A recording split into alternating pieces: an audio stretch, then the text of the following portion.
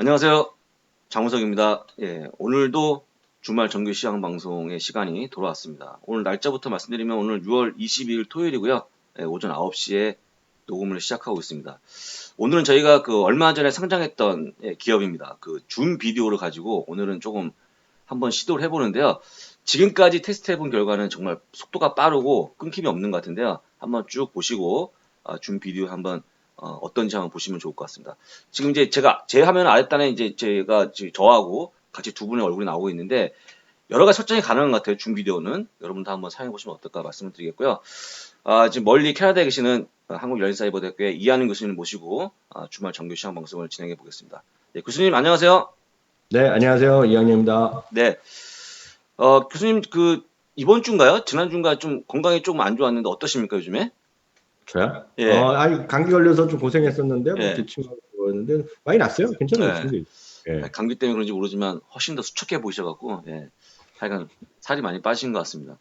네. 일단은 이번 주는 굉장히 즐거운 날인 것 같습니다. 워낙 시장이 좋았고 또 신고가의 행진을 벌이는 지수의 흐름들 그 다음에 개별 종목의 흐름이 나오기 때문에 사실 뭐 시장에 대해서 얘기할 게 없을 정도로 훌륭했던 한 주라고 좀 보시면 좋을 것 같고요. 그렇지만 과연 사상 최고치의 행진을 이어갈 수 있을지 그리고 우리가 이제 이 시점에서 주식을 딱 팔고 도망가야 될지 아니면 좀 더 유지해야 될지 이런 얘기를 한번 좀 진행해 보도록 하겠습니다.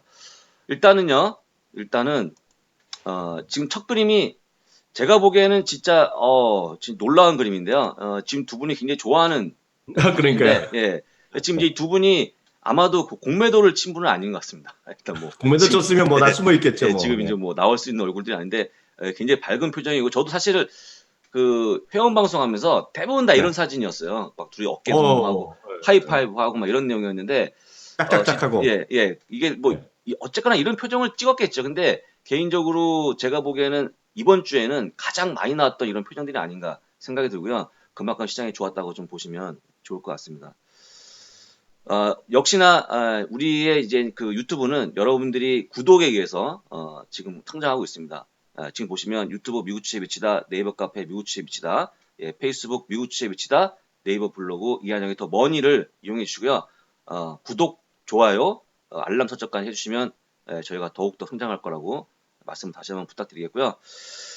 어, 역시나 이제 공유도 좀 해주시면 되게 좋을 것 같은데 최근에는 공유가 더 뭐랄까 저희 성장하는 더 도움이 되니까요. 공유도 역시 그렇죠. 친구분들이라든지 가까운 분들한테 같이 공유했으면 좋겠습니다. 내용을 좀 볼 건데요.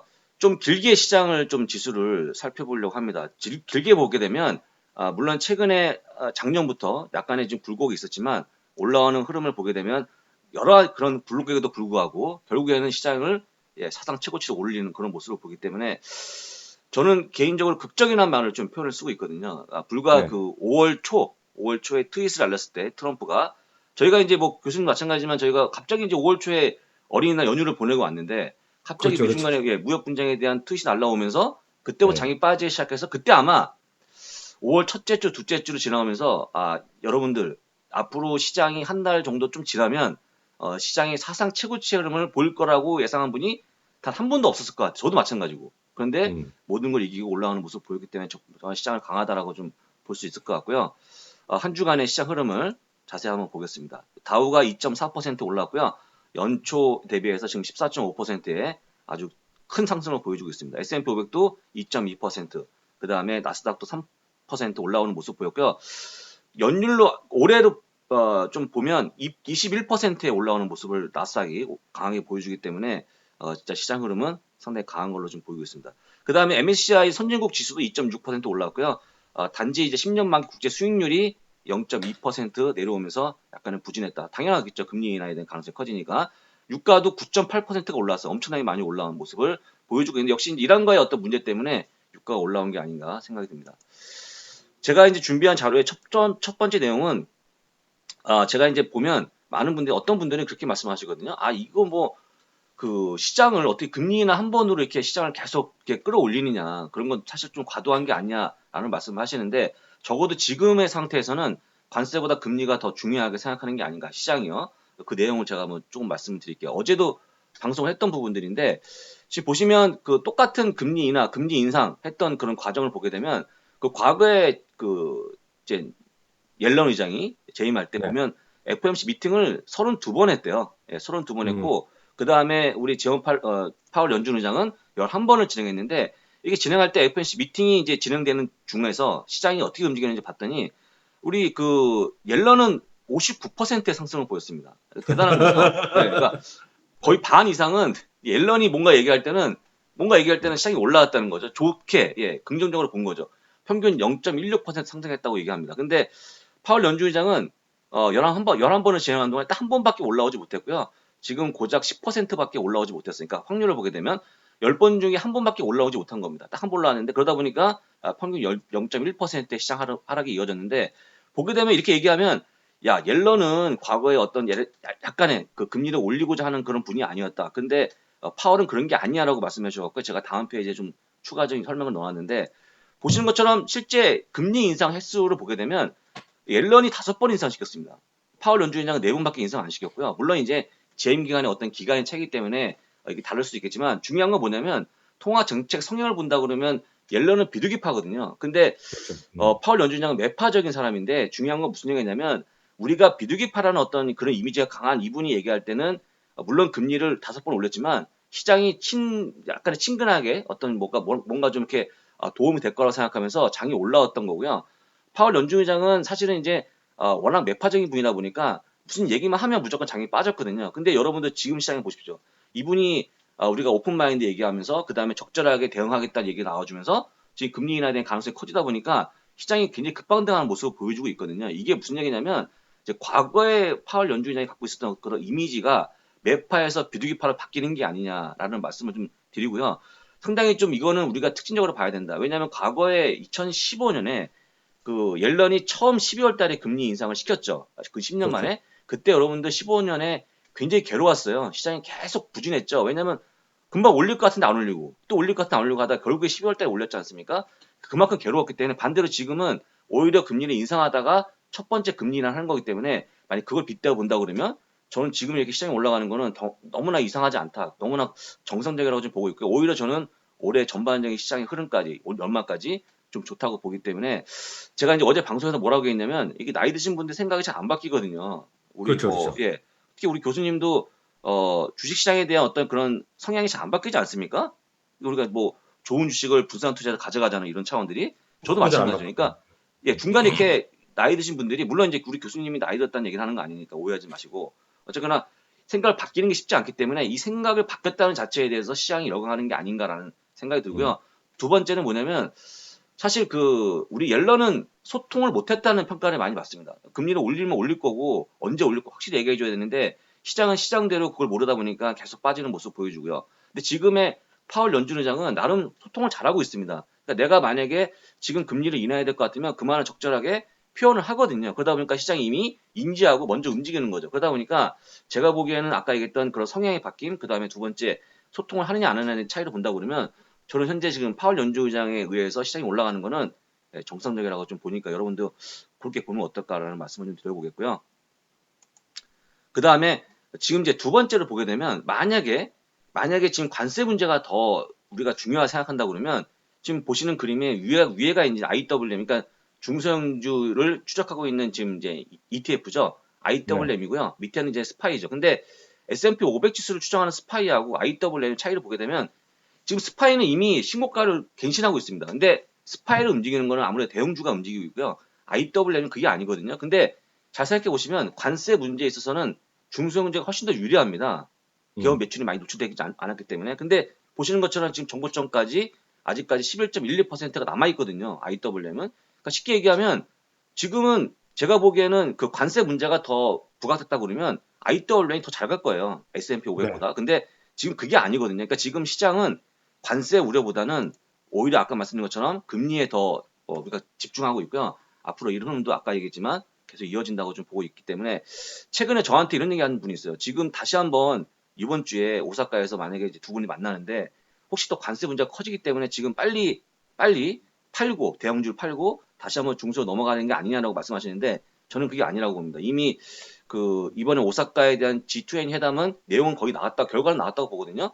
두 분에서 악수하는 정도. 그다음에 그 세부적인 거는 밑에서 하는 거죠. 그러니까 적어도 이제 이런 흐름은 깨지지 않을 거기 때문에 앞으로 이런 흐름, 그러니까 IWM, 그러니까 중소형주는 약간 부진하고 오히려 대형주가 선전하는 모습을 보일 것 같고요. 다만 요거는 7월 달에 7월 둘째 주부터 진행되는 실적이 되면 바뀌겠지만 그 전까지 이런 흐름을 보일 것 같다고 생각이 들어서 말씀을 좀 드려봤고요. 결론적으로 얘기하면 연준의 판단 이런 것 같습니다. 인플레이션은 완화되고 이 그러니까 둔화에 대한 내용이 단어가 3번이 언급되는데요. 인플레이션은 완화되고 임금 상승률 둔화됐다. 그 다음에 경제는 건강하나 그 증가세는 둔화하고 있다. 관세 분쟁이 되고 있고 그 다음에 그로 인해서 글로벌 경기가 둔화될 여지가 있다. 그래서 이 둔화되는 그 단어를 3가지 쓰면서 아까 말씀드렸지만 글쎄 올해는 2번 정도 금리 인하가 가능할 것 같고요. 내년에도 2번 정도 될 것 같은데 저는 내년은 잘 모르겠지만 올해는 적어도 2번의 금리 인하가 가능할 거로 보기 때문에 아까 말씀드렸다시피 금리 인하의 가능성 그 다음에 그거가 시장에 미치는 영향은 지속될 거라고 좀 보고 있습니다. 그러다 보니까 지금 막 쏟아지는 기록들이 되게 많은 것 같아요. 좀 이따가 우리 교수님도 말씀하시겠지만 그 2013년 이후에 신고가가 212번을 기록하는 모습을 보여주고 있습니다. 2014년에 45번, 14년에 53번, 15년에 10번, 16년에 18번, 2017년에 무려 62번의 신고가를 기록했고요. 2018년에 19번, 올해 5번을 기록하고 있는데요.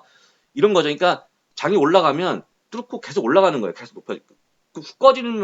꺼진다 그러면 이런 기록이 나오지 않겠죠. 근데 좀 꺼지다가 다시 다시 올라가는 약간의 그 꺼져가는 촛불을 보통 불면 다시 꺼지다가 다시 불이 붙잖아요. 마치 그런 모습처럼. 강했죠. 그렇죠. 혹시 바람 불 때마다 더 강해지는 모습이 나오고 있다라고 좀 보시면 좋을 것 같고요. 그러다 보니까 지금 우리가 강세장을 얘기하는 게 이제 지수가 20% 이상 무너지면 일단은 강세장이 끝났다고 보고 있는데 아직까지 나오지 않았기 때문에 지금 보게 되면 2009년 3월 9일부터 6월 20일까지 3,755일 동안 강세장이 지금 진행되고 있고요. 지금 보게 되면 지수가 337% 올라가는 모습을 보였습니다. 지수가 이렇게 올라왔다 그러면 개별 종목 얘기할 게 없겠죠. 어마무시한 상승을 보이고 있다라고 좀 보면 될 것 같고요. 저는 제일 후회스러운 게 그 우리 버핏의 말처럼 금은 이걸 보유해봤자 우리가 뭐가 생기나 배당이 들어오나 뭐가 막 올라가나 막 올라가는 것도 되게 더디잖아요. 그렇죠, 정말 제가 무시했는데 제가 이제 얼마 전에 우리 교수님도 아시는 분이죠. 우리 같은 이제 식구 중에 물론 식구라고 하면 좀 그렇고 같이 어울리는 분 중에 MJ가 있지만 이 MJ가 똑같이 저한테 우리 교수님처럼 얘기했거든요. 불과 3월인가 4월인가요? 저한테 그때 그 팟캐스트 했잖아요. 그래서 부장님 이번에 어쨌거나 만약에 시장이 불리해지면 우리 금에 대한 관심을 좀 가져야 될 것 같아 하면서 그래서 제가 그게 뭐 지금 말이 되는 얘기냐 했는데 진짜 그게 지금 34개월 만에 최고치로 올라섰고요. 교수님 오늘 1,400달러 아닙니까? 넘어가지 않았습니까 오늘? 1,400 찍고 뭐 종가는 모르겠는데 찍었었죠. 하여간 저는 진짜 이거는 아무도 예상치 못했을걸요. 아마 차트를 잘 보시는 분도 예상 못했을 거예요. 금값이 그렇게 움직이는 게 아니거든요. 여러 가지 전반적인 경기에 따른 어떤 그런 녹아든 건데 제가 이제 만약에 시간을 돌려갖고 한 달 전으로 돌아간다 그러면 시장이 이렇게 안 좋아지면서 금값이 차단 최고치 할 거다? 저는 그렇게 예상치 못했을 것 같아요. 그러니까 참 시장이 재밌는 것 같고요. 지금 보시는 GLD도 마찬가지, 그 다음에 금강 ETF인 GDX도 마찬가지 신고가의 모습을 보여주고 있다는 것도 굉장한 기록이라고 좀 말씀드리겠고요. 그리고 IPO 잠깐만 말씀드리면 그래서 제가 작년 12월에 저희 키움증권에서 진행한 그 강의장에서도 말씀드렸잖아요. 페로몰에서도 저희 나이 드신 어머님이 그렇죠. 어머님 말씀하셨죠. 제가 얼마야 금을 1억어치 사고 달러를 1억어치 샀다고. 저희 어머니는 뭘 갖고 있는지 잘 모르죠. 근데 얼마 전에 막 얘기했더니 서울에 오면 용돈 주겠다 그러대. 됐다 그랬는데 잘 됐죠. 그러니까 저는 방향성은 잘 모르겠고 최소한 그 포트폴리오에 금을 갖고 해야 된다는 생각은 뭐 여전히 갖고 있고 이 두 개 중에서 가장 그냥 금을 솔직히 쫓아가는 건 GLD고 GDX는 여러 번 말씀드렸다시피 금광이랑 금 스트리밍 회사들 다 갖고 있는 거라서 변동성이 크다. 그렇게 이해하시면 되겠습니다. 그러니까 이게 그런 것 같아요. 저는 이제 우리 교수님은 좀 폭넓게 말씀을 드리는 거고 저는 이제 저는 좁잖아요. 시야가 좁으니까 좀 좁게 보는 사람 중에서 말씀드리면 이런 거죠. 그냥 10개를 내가 보유하고 있는 거예요. 주식을. 근데 그 미중 간의 무역 분쟁에 10개가 다 마이너스거든요. 미중 간의 무역 분쟁 터졌을 때 다 마이너스겠죠. 자기 막 엄청 폭락하고 있는데. 근데 왜 그러냐면 뻔하죠. 대한민국에서 뭘 갖고 있는지 뻔하지 않습니까? 대부분의 반도체, 대부분의 팡 주식이기 때문에 많이 빠지는 거예요. 근데 실제 어떤 분이 저한테 뭐라고 했냐면 나는 딱 9개가 다 그런 주식이고 음, 1개가 금 관련 주식인데 음, 이게 위안이 되는 거예요. 위안. 금이 막 뭐 엄청 올라가고 9개 떨어진 9개를 커버한다는 게 중요한 게 아니고 딱 음. 열었는데 9개는 다 빠져요. 근데 하나가 계속 가고 있는 거죠. 그게 상당히 위안이 된다. 그러니까 그걸 우리가 흔히 알고 있는 분산 투자라고 하는 게 아닌가. 그러니까 우리가 일반인 입장에서 보게 되면 우리가 딱 뭐 상관관계를 따져갖고 뭐 이게 뭐 얼마나 갖고 있으면 시장에 얼마나 좀 도움이 될까 이런 얘기가 아니고요. 그냥 기분상 딱 보게 되면 뭔가 하나가 꾸준하게 올라가는 자체가 내가 그렇죠, 시장을 그렇죠. 좀 굉장히 위태롭게 보고 있는데 위안을 좀 주고 있다라는 부분에서 본다 그러면 이번에 정말 금 투자는 제가 보기에는 적절했다고 좀 보고 있고요. 저는 지금 당장이라도 금은 지금은 좀 사야 되는 게 아닌가. 또 어떻게 바뀔지 모르니까요. 그렇게 좀 보시면 그러니까. 좋을 것 같아요. 그 다음에 이제 쏟아지는 기록줄 중에 하나가 이제 IPO ETF인데 IPO ETF가 지금 신고가를 기록 중인데요. 저는 더 기록 중인 게 뭐냐면 근데 비욘드 비트를 보유하지 않고 있다는 거. 아직까지 제가 오늘 아침까지 확인했는데 음, 아직까지 보유를 하지 않고 있습니다. 지금 여기 보면 핀터레스트라든지 그 다음에 우버, 리프트가 다 포함되어 있는데 아직 비욘드 비트는 투자하지 않고 있어요. 근데 제가 생각하기에는 이게 너무 많이 올라갔고 좀 네. 무서워하는 게 아닌가. 그렇지 않아요, 교수님? 원래 이걸 뭐 가져와야 되거든요. IPO에 편입을 시켜야 되는데 아직까지 편입이 안 들어가겠죠, 시킨 뭐. 거 봤을 때는 예, 좀 그런 것 같아요. 그래서 네. 이것도 얘네들이 르네상스에서 운영하고 있는 건데 잘 운영하는 게 아닌가 생각이 들어서요. 왜냐하면 비욘드 비트 그냥 기계적으로 가져올 수 있겠죠. 근데 약간의 좀 물론 이제 내일 또 갑자기 다음 주에 또 편입을 시킬 수 있겠지만 아직까지 안 돌았기 때문에 제가 생각하기에는 약간의 좀 상황을 보는 게 아닌가 생각이 들어서 역시 IPO ETF 정말 만약에 IPO가 너무 많이 생겼다. 이번 주에는 슬랙인가요? 들어왔지만 슬랙이 됐어요. 예, 슬랙 네. 들어왔죠. 그 기업용 SMS인가 뭐 하는 거 있잖아요. 근데 저희가 저희가 그냥 뭘 고르기 이런 거 부담스러운 분들은 제가 보기엔 진짜 IPO ETF가 딱 맞다. 나가 맞습니다. ETF가 마음이 편해요. 여러분 보유하시기에. 마음 편하죠, 마음 네, 마음 편하죠. 네. 편합니다. 또 제가 정말 여러분들한테 그 진짜 제가 이번 시장을 겪으면서 저는 음, 진짜 많은 걸 느꼈거든요. 특히 이제 네. 교수님 얘기들 들으면서 하는 게 뭐냐면 제가 제목을 단 게 여러분도 한번 되게 느끼실 것 같아요. 자, 보시면 한 번 내리면 다시 타기 힘든 버스라고 제가 제목을 적었어요. 그게 무슨 이거 좋네, 얘기냐면 좋아. 이거 예, 좋아, 이거 좋아. 이거 제가 좋아, 이 제목 18년 예, 좋아. 4분기에 직전 네. 4분기에 보시면 빠지고 올라가고 빠지고 올라가고 빠지고 올라가고 이게 여러분들이 충분히 내릴 수 있을 만한 기회를 줍니다. 예. 음, 그러니까 뭐 야, 필요하면 내려. 지금 4분기 어땠어요, 여러분들? 미중 간의 무역 분쟁이 격화되고 있고 글로벌 경기 둔화에 대한 가능성이 커지고 있고 그다음에 파월 연준의장은 또 금리를 계속 올린다고 하고 기술주는 지금 굉장히 부정적으로 그 버블 론이 나오고 있고 그러다 보니까 장기가 빠지거든요. 빠질 때 보면 근데 어쨌거나 여러분들 살궁리를 해줘요. 이렇게 음. 올라가주면서 굴고 그리면서 여기서 반등할 때 팔아라라는 신호를 주거든요. 근데 그렇게 하고 이제 블랙 크리스마스 보내지 않았습니까? 근데 올해 들어서 보시면요. 단 한 번도 그런 굴곡 없이 그냥 올라가요. 그냥 올라가는 모습 보여줍니다. 제가 여기서 뭘 느꼈냐면 만약에 내리는 거죠. 아, 이거 안 될 것 같아. 이거 뭔가 불안할 것 같아. 일단 내려고 보자. 내리고 보자라는 여러 가지 전제가 붙겠죠. 더 저점에 사기 위해서 아니면 일단 피하고 보자. 근데 제가 보기에는 저점을 딱 찍는 건 어렵다고 좀 진짜 봅니다. 왜냐하면 대부분 이 구간에서는 뭐라고 그러냐면요. 수많은 격언이 쏟아지죠. 떨어지는 칼날은 잡는 게 아니다라고 얘기하죠. 근데 떨어지는 칼날이라고 저는 지칭한 자체가 되게 좀 말이 안 된다고 생각하는 게 떨어진 칼날이 그게 칼날인지는 모르잖아요. 진짜 호박이 떨어질 수 있어요. 넝쿨채. 여러분 생각하기에. 좋은 기업들이 막 떨어지는 거예요. 그러면 그걸 주워야죠. 근데 그냥 칼날이라 생각하는 거죠. 왜냐하면 차트를 보기 때문에 그런 거죠. 우리 교수님 항상 말씀하시지만 이 가격을 보기 때문에 이건 분명히 떨어진 칼날이라 생각하는데 그러면 그때 안 잡으면 어떻게 되냐면요. 지금 올해 보시면 5월 초까지 트윗 알리기 네. 전까지 5월 그 어린이날 연휴 전까지 거의 계속 올라와요. 여기서 무슨 얘기 하냐면 조금 빠지면 사야 되는데 한 2, 3% 조정이 나오면 나 사겠다. 한 조금만 더 빠지면 사겠다. 절대 기회 안 주죠. 그냥 가버립니다. 그럼 제가 보기에는 120년 됐잖아요. 120년 그런 예 이렇게 조정을 된 게 맞아요. 120년 말씀하신 기다리는 그렇죠. 사람 그러니까 한 번 늙었죠. 내리면 제가 이거를 좀 이따가 이제 교수님이 또 약간 뭐랄까요 그런 철학적으로 말씀하시지 않겠습니까? 머물러라 시장에. 근데 그냥 그러면 내가 나는 잘 모르겠다고 하지만 실제 이렇게 딱 보시면 진짜 개인들이 딱 머무르지 않으면 뭐랄까요? 그냥 중간에 여기서 이탈하고 그다음에 다시 돌아오지 못하는 딱 그 현상이 나오는 구간입니다. 지금이. 그러니까 지금 제가 생각하기에는 적어도 그 회원을 밤마다 하고 있지만 다시 못 돌아왔을 것 같아요. 저는 못 돌아오니까 이분이 어떻게 생각하냐면 시장에 올라가는 게 싫은 거예요. 싫고 짜증나는 거죠. 그러다 보니까 어떤 결과 초래가 되냐면 또 고점에 들어갑니다. 고점에. 나만 주식 투자를 안 하는 것 같죠. 나만 지금 이 수혜를 못 보는 것 같거든요. 쫓기다가 결론적으로 하면 이제 모든 판단이 흐려지기 때문에 또 고가에 잡죠. 그럼 또 역시 조정이 나올 거예요. 그럼 또 이제 뭐라고 얘기하냐면 역시 나는 반대로 해야 되구나. 근데 원래 반대라는 게 아니고 여러분들이 그동안에 가격과 차트나 보기에 이런 상황까지 왔다라고 좀 보기 때문에 이런 부분도 이번에 꼭 느꼈으면 좋겠습니다. 어차피 시장이 한번 빠지면 우리가 돈을 잃었지만 적어도 저는 그렇게 생각하거든요. 뭔가 좀 교훈이라도 얻으면 좋을 것 같은데 교훈도 얻지 못하고 돈도 잃고 그건 정말 최악이죠. 이거는 이제 작년부터 올해 초까지 모습이고요. 다음 페이지도 마찬가지입니다. 요번에도 마찬가지예요. 지금 보시면 그 5월부터 지금까지 뭐 두 달밖에 안 됐어요. 두 달밖에 안 돼서 뭐 크게 큰 흐름이 나왔냐 생각이 들겠지만 보시면 빠질 때는 또 한번 굴곡이 있어요. 빠지면 딱 올라가면서 역시 빠질 때 그냥 팔지 말고 뭐라 그러죠 전문가들이 반등 시에 분할 매도.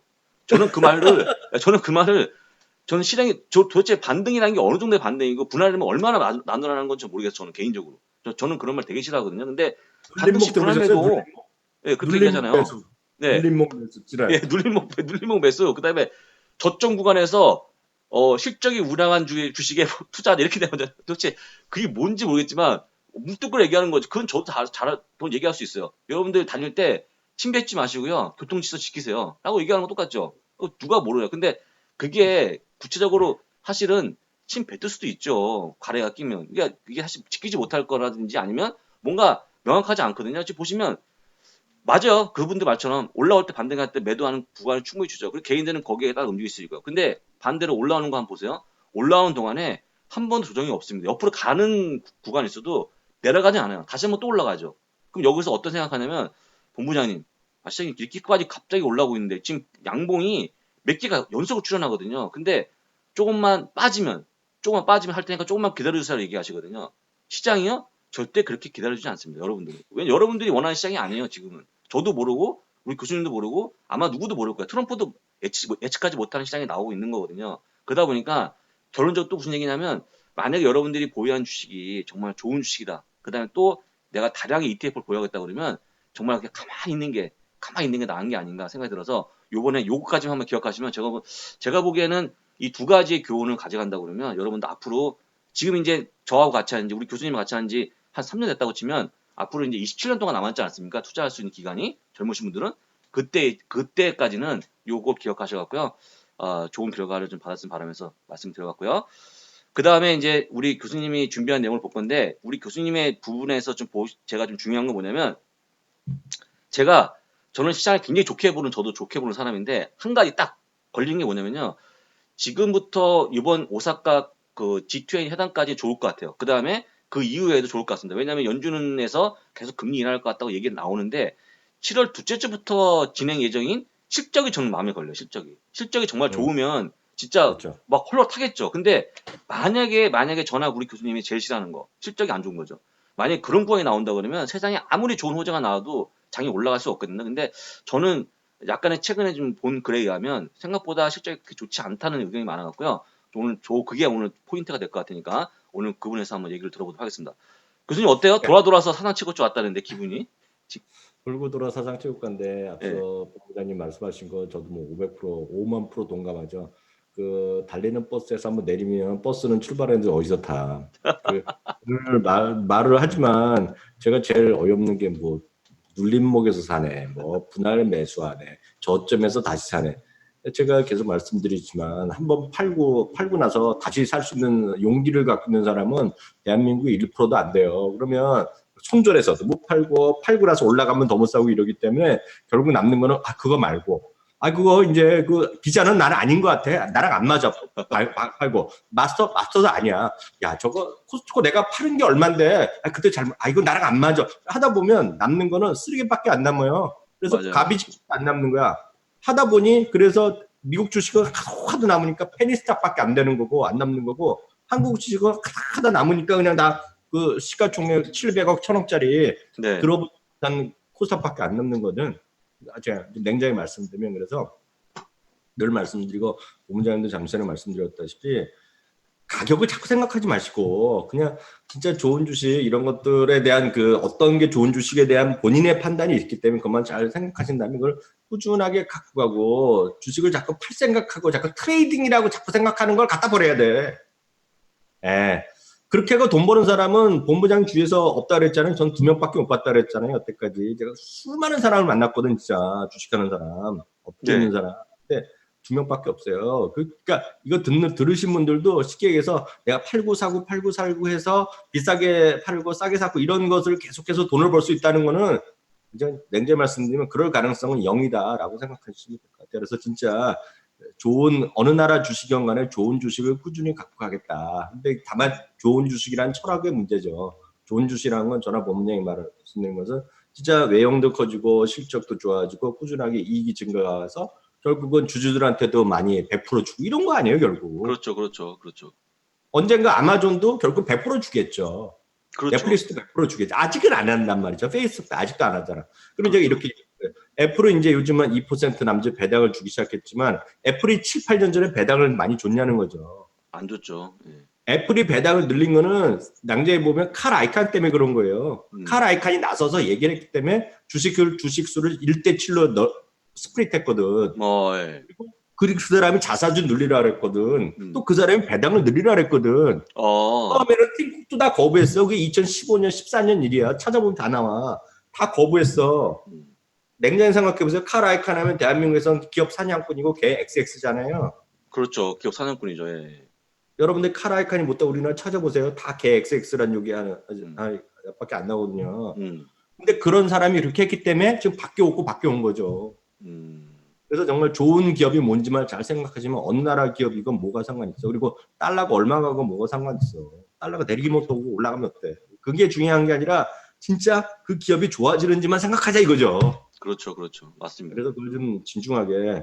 제가 본부장님이 주식을 해서 딱 좋은 분이 본부장이 나이가 있지만 둔둔하시고 무게가 나가잖아. 촐랑촐랑 저랑 본부장이 촐랑 될 성격이 아니잖아. 예. 그렇게 생각하시면 될 것 같고요. 네. 근데 말씀드리면 7월 말 기준금리 인하 가능성은 지금 뭐 100%라고 나오니까요. 네. 그건 정해진 변수가 아니다. 상수라고 보셔야 되겠고요. 아마 이제 무역 전쟁은 이제 큰 고비가 이제 다음 주가 되겠죠. 이제 다음 돌아오는 주가 되겠고요. 역시 이란에 대한 지정학적 위협은 또 늘상 있는 거지만 또 양쪽에서 또 뭐 으르렁거리고 있으니까 네. 뭐 지금 뉴스에 보면 트럼프가 거의 명령까지 내렸다가 마지막에 취소했다는 거잖아요. 그렇죠. 여러분들 네. 영화 이런 거 보면 마지막까지 해서 그 밑에 지하 벙커에 들어가서 카카 미스터 프레셔트 뭐 하다가 보면 스탑 딱 그럼 딱 눌렀다는 거야. 스탑 하고 끝났다는 거잖아 지금. 그렇죠, 그게 사실이라면. 네. 영화에 그런 거 많이 나오잖아요. 네, 맞습니다. 마지막. 그러면 그 마지막 받는 어버트 더 미션 하면 예스 딱 끊고 이러는 거잖아 지금. 그런 거죠, 그런 거. 네. 전 영화를 많이 봐서 그런지 그런 일이 벌어졌다는 게 사실이라면. 그렇지만 그런 일이 또 벌어질지 안 벌어질지 아무도 모르죠. 문제는 여기도 써놨지만 가장 중요한 거는 실적이 어떻게 될지 이런 것들에 대한 것이 더 관전 포인트가 될 수밖에 없을 것 같아서 말씀드렸고요. 이거는 이번 주에 거를 인베스트닷컴의 스타파인데 이번 주 웬만한 정말 대박인 게 시리즈로 냈어. 시리즈로. 첫 번째는 이게 게임인데 주사위 게임인데 이 주사위 게임에 어떻게 던질까 하고 했는데 이 사람은 던졌는데 두 개 다 레이트 컷이 나왔는데 금리 인하가 났는데 잘 보시면 그 제롬 파우젤이 똥 씹은 얼굴이잖아 지금. 예, 표정이 왜 이래요? 표정이 젠장을 여기서 압박하고 트럼프 대통령도 뭐라 그러니까 할 수 없이 했다 이런 거죠 느낌이. 예. 지금 보면 금리 인하할 시기인지 아닌데에서 논란이 많잖아요 지금요. 그렇죠. 시장이 원하니까 이렇다는 거잖아. 시장이 원하니까 해줬다는 거잖아요. 그런 의미인 것 같고요. 실제로 보면 이번 한 주간 그리고 금년 들어서 보면 다 올랐는데 냉정히 보면 아직까지도 기술주가 많이 오른 상태가 분명해요. 아직까지. 그러니까 기술주가 좀 내리더라도 뭐라 할 것도 없어요. 왜? 올해 들어서 여전히 제일 많이 오른 섹터라는 거가 되거든요. 알게 모르게 전화 본부장이 크게 관심 없지만 많은 분들이 오 같은 거 있잖아요. 리얼티 인컴 그런 회사 좋아들 하시잖아요. 그렇죠. 배당 많이 주니까요. 네. 그러니까 리얼 에스테이트 밑에 나온 거, 세 번째 있는 거, 그거가 꾸준하게 올라간 거는 제가 보면 저거 하나예요. 저거 하나. 맞아요. 네. 그래서 이런 것들도 뭐 저는 잘 모르고 갖고 있는 것도 별로 없지만 이런 것들도 여러분들 관심 가지시면 젊으신 분들도 그러니까 연세가 있으신 분 이런 걸 좋아하시는데 젊으신 분들도 이런 거 한두 개 정도 그냥 조금이라도 한번 해보시면 젊으신 분이 영원히 접는 건 아니잖아. 지금 30대 초반이라 해서 영원히 30대 초반이 아니고 본부장님 말씀하셨다시피 후딱 30년 가잖아요. 예, 후딱 가죠. 예. 그래서 예를 들어서 지금 100만 원을 주식하시면 10,000원어치라도 리츠 같은 것도 한번 해보시면 저는 5를 잘 모르는데 5를 많이들 해보니까 5를 해보시던지 아니면 그냥 여기에서도 XLRE 같은 거 그냥 그 섹터 ETF를 사도 되니까 그런 것도 한번 해보시라고 제가 말씀드리겠고요. 6월 한 달 동안에 보면 이제 5월 달에 이제 우리가 X 같은 5월을 보냈잖아요. 예, 그렇죠. 근데 그때 기억나세요? 1월부터 4월까지 좋았던 달에 5월 달에 나빴지만 6월에는 다시 회복했다라는 통계가 있다라고 말씀드렸는데 이번에 정확하게 그렇게 됐어요. 오늘 예. 현재까지 7.6%가 다우지수가 올랐고요. 나스닥이 7.7% 올라갔는데 6월 달 기준으로 보면 최고예요. 1938년 24.3%가 올라간 해가 있었는데 그 다음 최고고요. 2000년에 6월에 16.6% 올라간 다음에 지금 20일밖에 안 됐지만 최대로 상승하고 있기 때문에 다우지수 기준 80년 만에 최고 기록을 지금 6월에 보내주고 있다. 즉 지금 시장은 어찌됐건 강세장이 이어지고 있다라고 보셔야 되겠고요. 그거는 이제 금리에 대한 거는 너무나 정해져 있죠. 지금 다음 달에 7월 말일 날 100%로 금리 인하 기대감. 그리고 이제 9월 달에 또 한 번의 금리 가능성이 78%. 그래서 이제 한 번 내지 두 번까지는 거의 가능성이 커져갔고요. 그 다음 화면 보시면 한 번밖에 금리 안 한다가 13%, 두 번 한다는 사람이 56%, 12월까지 또 한다가 30%. 그래서 두 번 내지 세 번까지 가능성이 있는데 뭐 두 번 하건 세 번 하건 사실 저는 개인적으로 그거보다는 빨리 무역 전쟁이 끝나야 된다고 보고 있는데 모르죠. 어떻게 될지요. 그래서 앞서 잠시 말씀드렸다시피 10년 기준금리가 2016년 11월 이후 처음으로 2.0%까지 깨졌다가 다시 2% 위에 살짝 놀고 있는데 이건 뭐 추세적으로 내려갈 수밖에 없겠죠. 지금 기준금리가 내려가니까요. 그 정도 일단 보셔야 되겠고요. 일단 지정학적 위험은 딱 이거죠. 여러분들 보시면 지난주에 이제 어뢰를 맞았고요. 미사일을 두 방 맞았고, 그리고 오른쪽 밑에가 요번에 떨어졌다는 소위 드론. 위에는 이제 그 떨어지는 장면을 하는 건데요. 그러다 보니 결국은 우리한테 우리 보통 소비자 입장에서는 짜증나는 거가 이제 휘발유 값이 또 안정됐다고 얘기했는데 주가가 다시 올라갈 수가 있겠죠. 그렇죠. 예. 올라갔다 그랬잖아요. 9% 이상 급반등했잖아요. 네, 그렇죠. 그래서 이게 유가가 이렇게 급반등한 거라고 보셔야 되겠고요. 다음은 이제 금값인데 앞서 설명 충분히 하셨기 때문에 넘어가겠고요. 하여튼 1,400달러까지 오늘 갔다 왔는데요. 저는 계속 말씀드리지만 금도 마찬가지. 금이가 됐건 뭐 팔라듐이 됐건 뭐 은이 됐건 뭐가 됐건 간에 카퍼가 됐건 간에 금을 갖고 갈각 이런 투기적으로 이런 얘기하면 본부장님도 강의하는데 들어오거나 공개 방송하면 그래서 금 3배짜리 사야 돼요? 뭐 이런 애들 있잖아요. 그렇죠. 예. 유가 3배짜리 어떻게 돼요? 아니면 쇼트해야 돼? 이런 애들 보면 그런 거는 걔네들끼리 너희들이 알아서 하라는 얘기야. 그거는. 그런 거는 저희가 모르고 그런 건 투기적으로 하는 거고 그게 아니라 저는 줄거 말씀드리지만 금은 여러분들 포트폴리오에 반드시 끼어 들어가져 있다. 이게 그래서 단위를 이게 여러분들이 금을 갖고 계시면 잘 들으시면 은행에 가시건 증권사에서 한국 주식 하시는 분들 있잖아요. 한국 주식에서도 뭐 미래에셋에 들어가더라도 KRX라고 그 KRX 계좌를 따로 만들어야 돼요. 그러면 여기서 금 현물도 1g 단위로 살 수 있어요. 그리고 여러분들 ETF도 사고 뭐 방법이 여러 가지가 있는데 다 세금이나 투자로가 다 달라. 그렇지만 어찌됐건 여러분들 자산 중에서 일부는 금을 갖고 가시라. 연세가 많은 분들은 많이 갖고 가시고 연세가 적으신 분은 조금만 갖고 가시면 되겠는데 여튼 각자 생각하셔야 되겠지만 늘 저희가 이런 강의를 해드리는 거가 지금 당장 30이라도 후딱 60살, 70살 가잖아.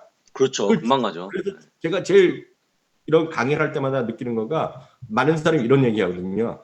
저는 돈이 별로 없어갖고요. 젊고 돈이 아직 뭐 500만 원밖에 없어갖고요. 그런 걸 아직 염두에 못 내요. 이런 사람들은 제가 단언코 말씀드릴 수 있어요. 당신들이 지금 500만 원밖에 없더라도 마음속에는 50억이라고 생각하라는 얘기예요. 500억을 갖고 있는 사람이나 지금 500만 원인 사람이나 똑같아요. 다를 수가 없어. 똑같은 생각이야. 똑같은 생각.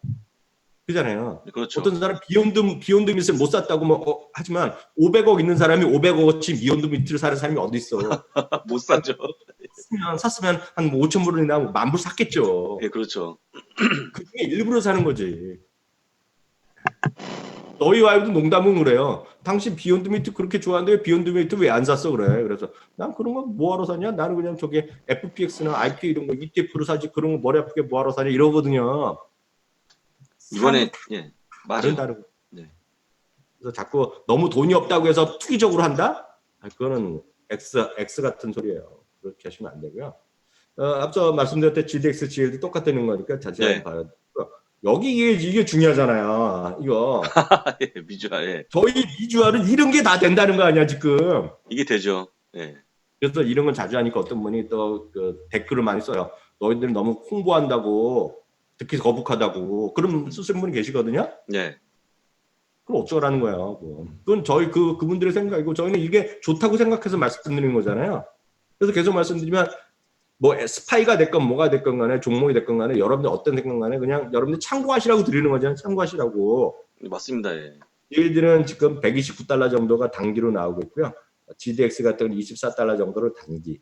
중장기는 118달러, 22.65달러 정도니까 매일 한국 시간은 아침 9시에 바뀌니까요. 여러분들 참고하시면 좋겠습니다. 그래서 다시 말씀드리면 여기에 단기나 이런 것들은 단기로 팔면은 나중에 뭐 손해 나서 팔 수도 있고 이익 났던 사람이 팔 수도 있겠지만 나중에 이게 다시 실어가 다시 의견이 좋아지면 다시 살 수 있는 각오가 돼 있어야 돼요. 그래서 이걸 자꾸 안 맞는다고 바꿔버리면 아까 말씀드렸다시피 남는 거는 걸레밖에 안 남아요. 그래서 그 부분은 제가 명심하셔야 돼요. 그래서 자꾸 나쁜 주식을 하면 진짜 X됩니다. 근데 이제 문제는 네. 문제일 수도 있겠지만 제가 시장에 대해서 몇 가지 말씀드리겠는데요. 뱅크 오브 아메리카에서 매달 전 세계 투자가들 대상으로, 그러니까 저희 같은 사람이 아니라 펀드 운영자들한테 설문조사를 하는데요. 이 보시면 이제 두 가지 이번에 말씀드리겠는데 왼쪽 오른쪽인데요. 오른쪽은 경기에 대한 향후 경기에 대한 글로벌 성장에 대해서는 기대치가 지금 1994년, 그러니까 25년 내 최저치까지 떨어져 있는 거예요 지금요. 그러네요. 그리고 예. 왼쪽은 쉽게 얘기해서 어떻게 보시면 되냐면 채권과 주식의 그러니까 주식의 채권 대비 상대 강도라고 일단 이해하시면 되겠는데 어떤 형태로는 간에 펀드나 그런 흐름인데 제가 쉽게 말씀드린 건데 막 떨어져 있잖아요. 네.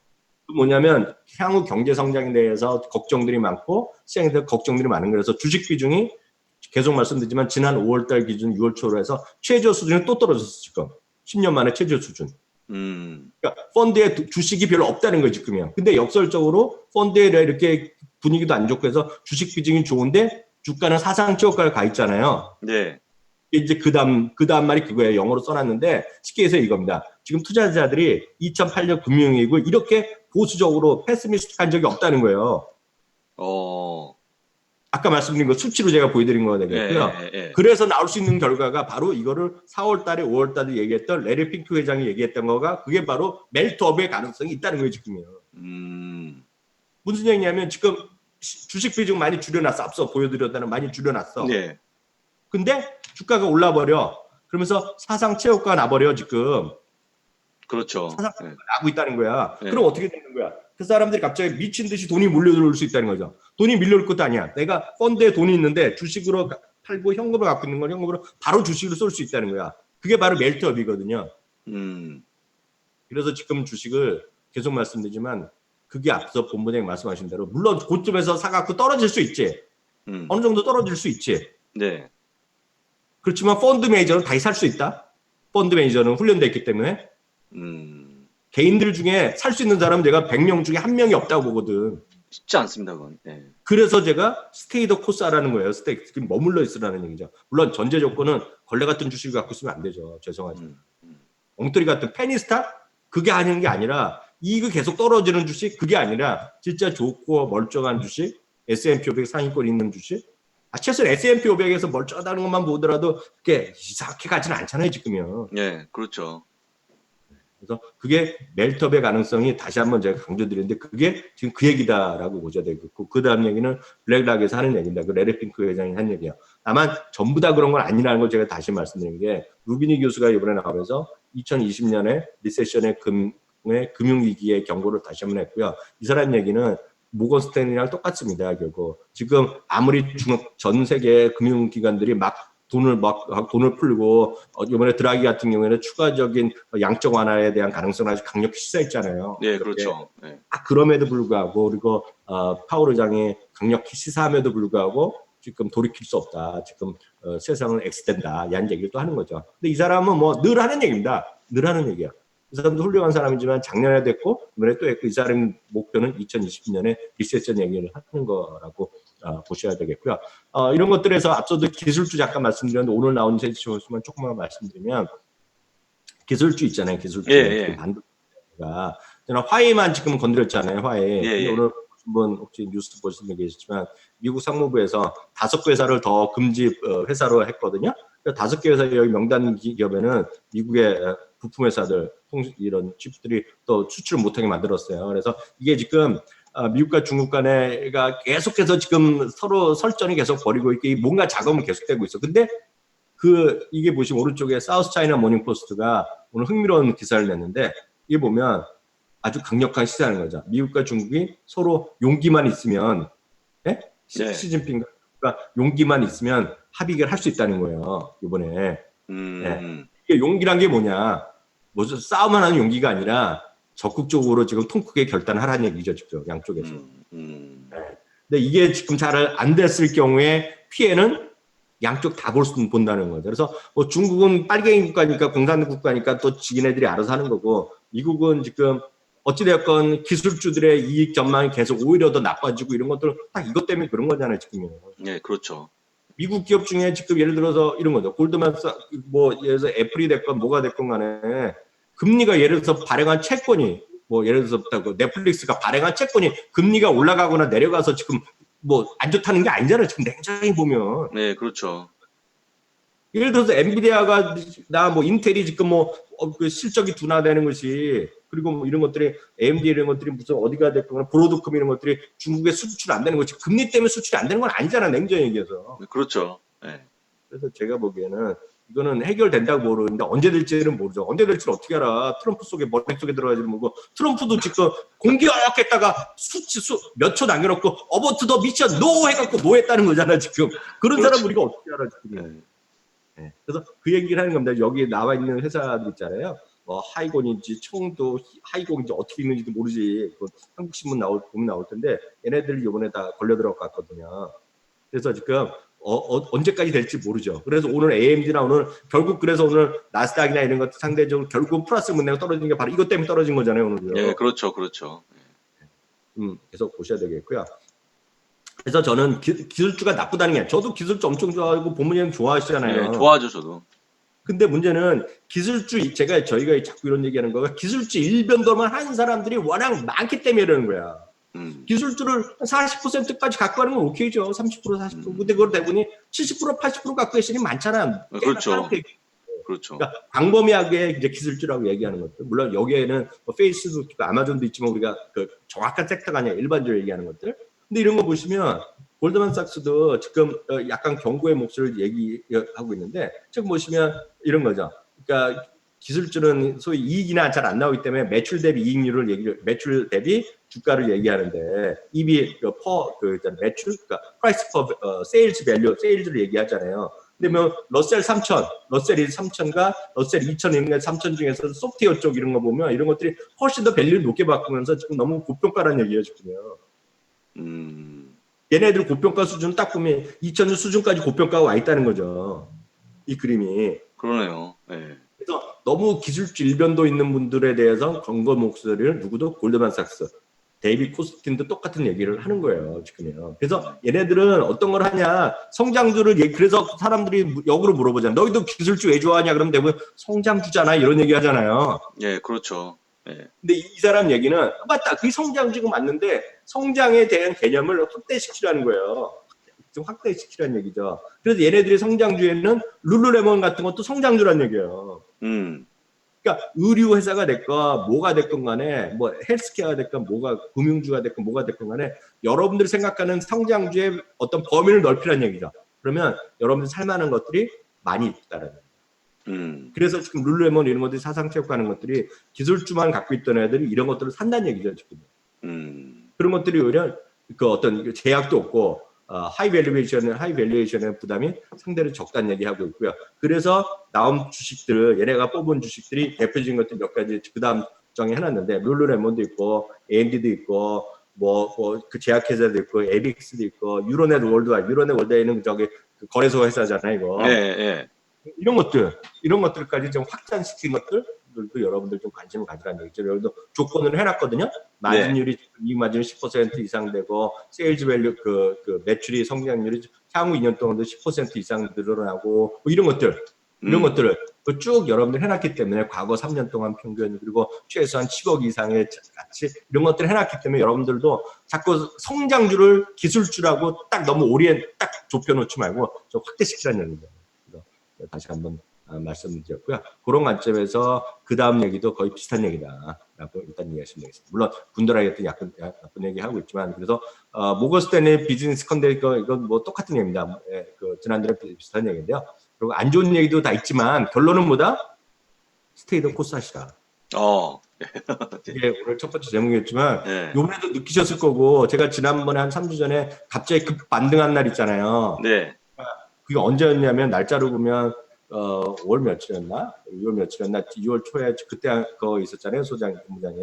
네. 그 미국에서 그 빅테크들 저기 조사한 날 뭐 분리한다고 조사해 갖고 그날 월요일 날 떨어졌었잖아요. 네. 월요일 하고 나서 그 다음 날 화요일 날 아침에 그러니까 미국 시간 화요일 날 아침에 그때 파월 의장이 그 오픈 마인드를 한 다음에 주가 확 급등했잖아요. 그렇죠. 예, 네, 그렇죠. 그날 만약 주가를 안 갖고 있어요. 그날이 올해 들어 가장 반등폭이 컸던 날 중에 하나거든요. 그래서 팔았던 사람은 어떻게 됐냐는 거죠. 다시 못 샀고 욕만 하는 못 샀을걸요? 못 샀을걸요? 제가 제일 걱정하는 거가 좀 젊은 분들 입장에서 보면 이럴 수 있잖아요. 누가 이제 주식을 지금 뭐 전문가라는 사람들이 주식은 너무 고점이니까 뭐 정리하고 다시 하죠. 정리했어. 그때는 좋았지. 5월 달에 좋았어. 역시 우리 본부장 우리 뭐 전문가님 최고예요. 박수 맞췄어. 그럴 수 있잖아요. 그렇죠. 한국에서도 전문가들 그런데 뭐 한국 쪽에도 미국하는 친구도 있으면 그날 팔라 그랬어. 우리 소장님 최고야. 우리 본부장님 계속 갖고 오라 그랬어. 근데 뭐야 저 사람도 손에 안 냈네 막 하루 좀 좋았는데 지금 다 욕해 그 사람들. 그렇죠.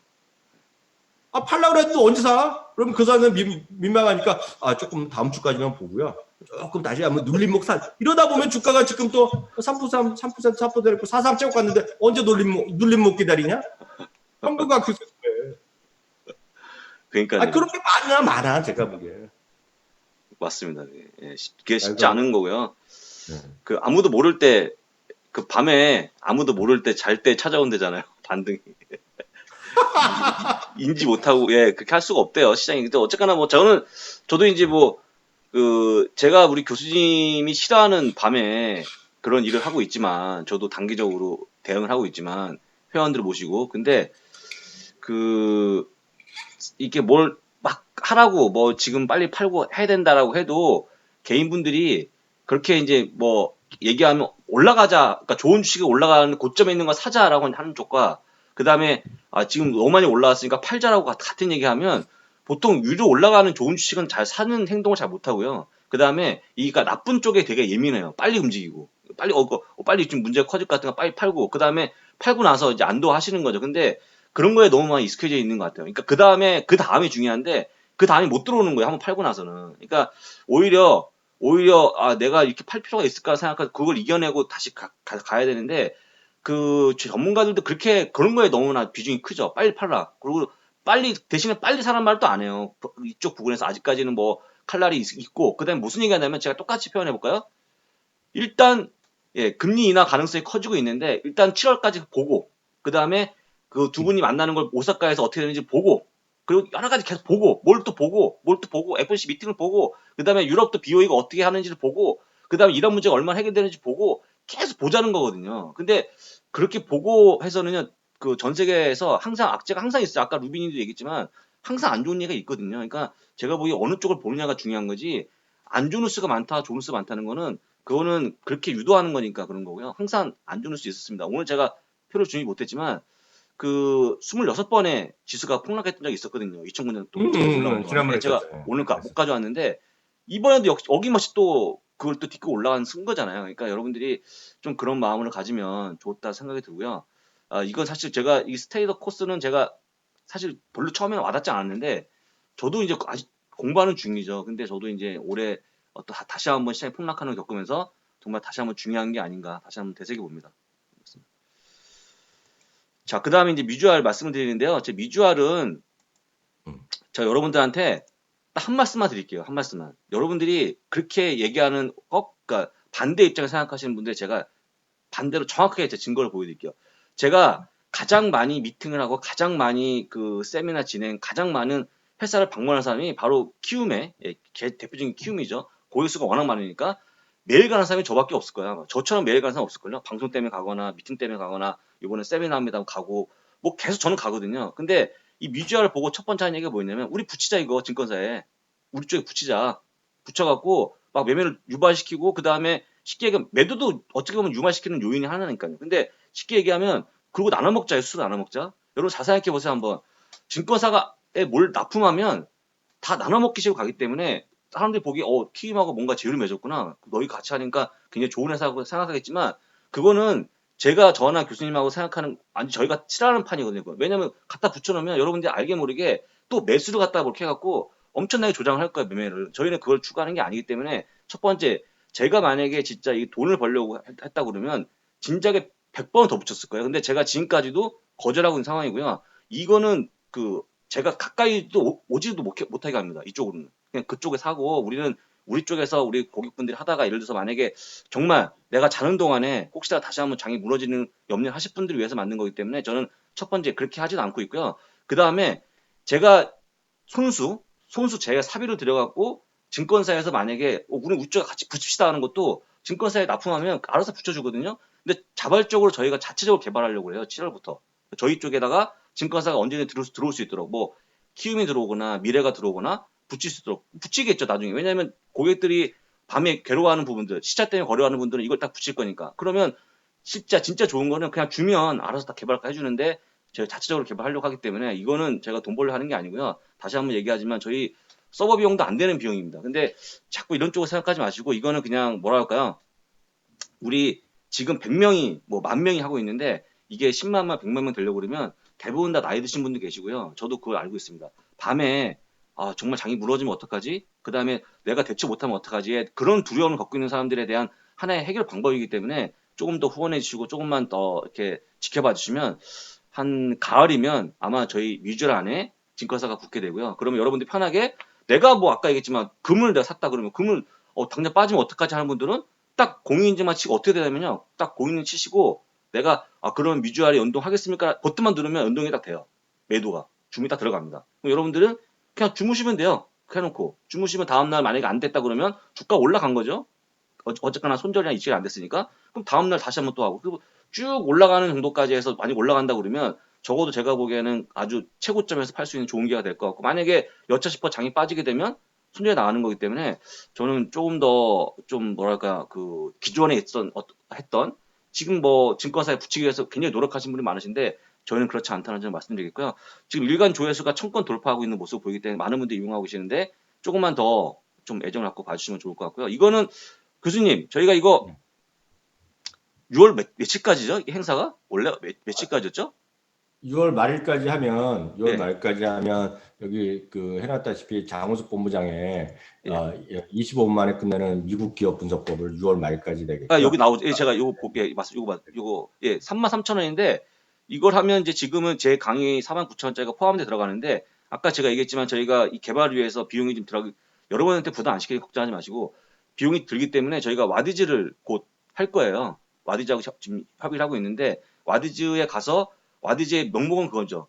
증권사의 그 시스템을 붙이기 위해서 2차 개발이 들어가는 거거든요. 저희는 증권사 직원도 아니고 저희 내부적인 저희 또 외주 줘갖고 이제 작업을 할 건데 그래서 이제 그걸 그쪽에다 올리려고 했더니 지금 하시는 분들하고 가격이 안 맞아요. 그쪽 분들은 그냥 순수하게 진짜 후원해주고 싶은 분들이 모여 있는 거기는 이제 어떻게 보면 이제 단체죠. 근데 그분들은 뭐 이거 사용하시든 안 하시든 그냥 후원해준다고 한다는 분들이기 때문에 지금 하시는 뭐 뭘 듣거나 뭘 아니면 뭐 할인받거나 이런 게 아니거든요. 그래서 저희가 이번 달까지만 진짜 딱 이번 6월 일요일 날 마지막 날이 아마 날짜로 정확히 얘기하면 6월 30일, 6월 30일 자정까지만 이 진행을 하고요. 나머지는 일단은 이거 중지하겠습니다. 중지하고 비용은 이제 원래 가격으로 올라가고요. 그 다음에 그 가격으로 해서 제가 와드에서 판단을 받을 거니까 참고해서 그렇게 보시면 좋을 것 같습니다. 이번에 그리고 저도 예, 한마디만 말씀드리면 이번 저 25,000원짜리 강의는 제가 다시 한번 얘기하는데 저도 그 얘기 많이 듣거든요. 근데 제가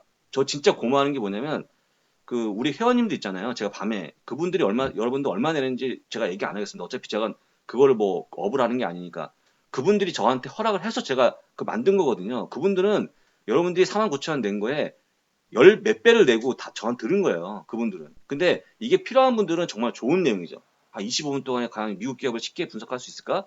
근데 처음부터 관심이 없던 분들이 억지로 보셔봤자 느낌이 없어요. 근데 내가 정말 나는 정말 미국을 한번 좀 알고 싶은데 어디에도 없는 거예요. 얘기할 사람이.